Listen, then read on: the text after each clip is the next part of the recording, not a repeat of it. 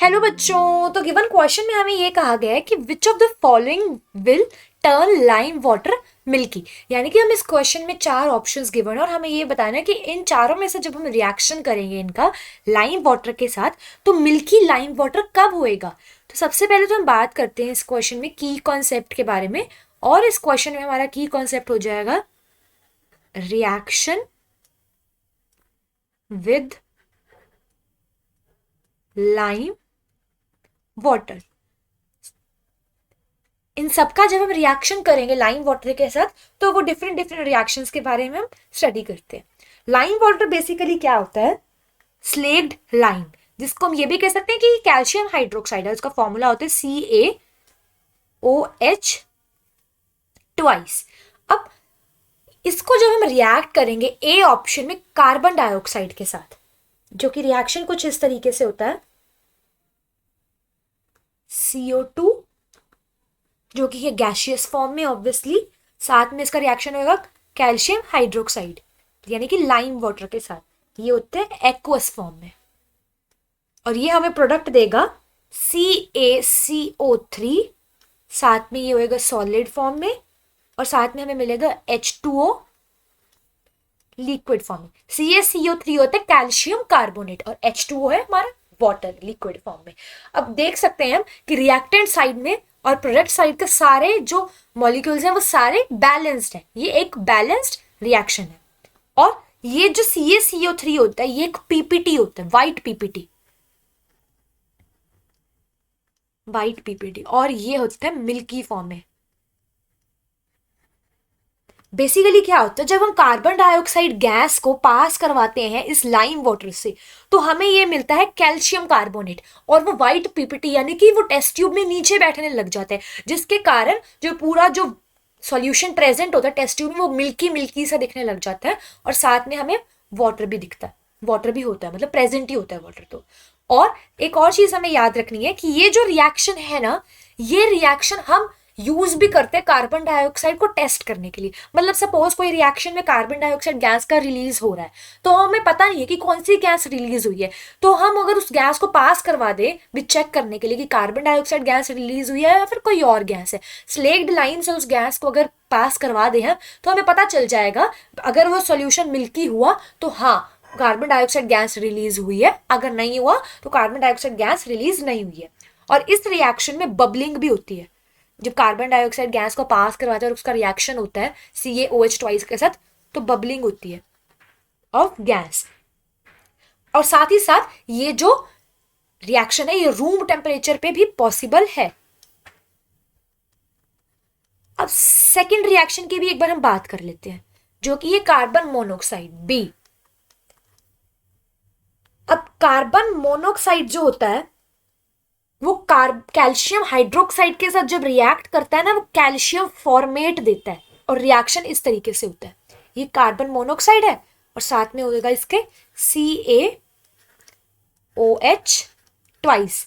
लेकिन ये जो रिएक्शन होती है ना ये बहुत ज्यादा हाई टेम्परेचर और साथ ही साथ बहुत ज्यादा हाई प्रेशर के अंडर होती है।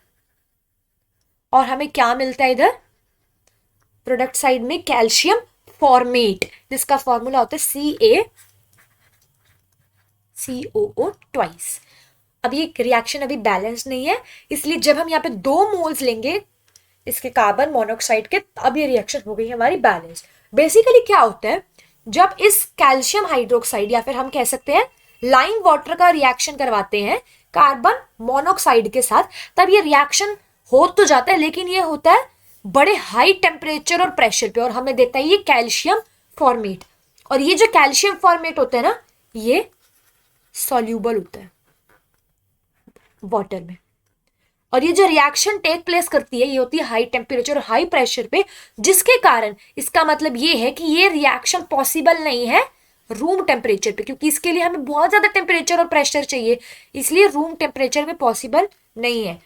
And that's why it should be carried out just by bubbling of carbon monoxide in lime water।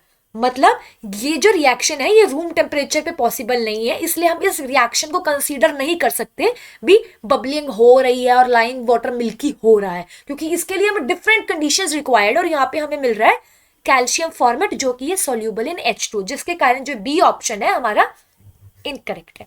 अब हम बात करते हैं सी ऑप्शन में, और सी ऑप्शन में हमें क्या गिवन है, सल्फर डाइऑक्साइड। अब जब सल्फर डाइऑक्साइड का रिएक्शन होता है जो कि होता है कैल्शियम हाइड्रोक्साइड के साथ, तो हमें इधर प्रोडक्ट मिलता है CaSO3 और साथ में H2।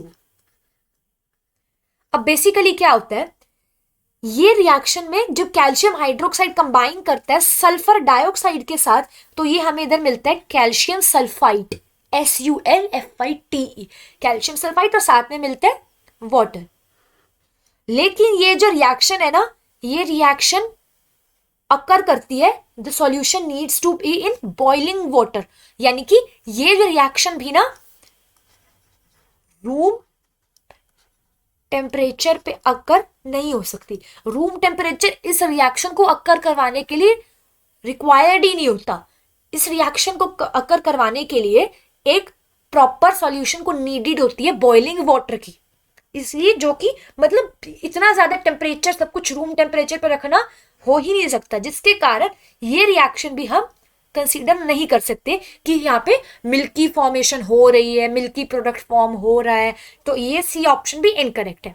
अब लास्ट हम बात करते हैं Cl2 के बारे में, डी ऑप्शन। तो जब Cl2 होएगा या क्लोरीन गैस या गैसियस फॉर्म में लेंगे और इसका रिएक्शन करवाएंगे हम CaOH ट्वाइस के साथ, ये होता है एक्वस फॉर्म में स्लेक्ड लाइम, जो इधर हमें देगा CaOCl2, ये है एक्वस फॉर्म में, और साथ में हमें देगा H2O लिक्विड फॉर्म में। अब ये जो CaOCl2 है ये होता है ब्लीचिंग पाउडर। बेसिकली क्या होता है, जब क्लोरीन गैस को पास करवाया जाता है ना इस स्लेक्ड लाइम से, तो फॉर्मेशन होता है प्रोडक्ट में इसका CaOCl2 का, जो कि होता है ब्लीचिंग पाउडर। तभी द रिएक्शन जो होती है क्लोरीन की और ड्राई स्लेक्ड लाइम की, ये ब्लीचिंग पाउडर प्रोड्यूस करती है। मतलब यहाँ पे लाइम वाटर मिल्की ये सब कुछ प्रोडक्शन नहीं हो रहा, ये एक थ्योरेटिकल बेस्ड रिएक्शन है जो हमें ध्यान में रखनी है कि ऐसे ऐसे रिएक्ट करते हैं और हमें मिलता है at the end CaOCl2 bleaching powder. कोई लाइम वाटर जो मिल्की होएगा ऐसा कुछ नहीं होता इस केस में भी, जिसका कारण डी ऑप्शन भी हमारा इनकरेक्ट है।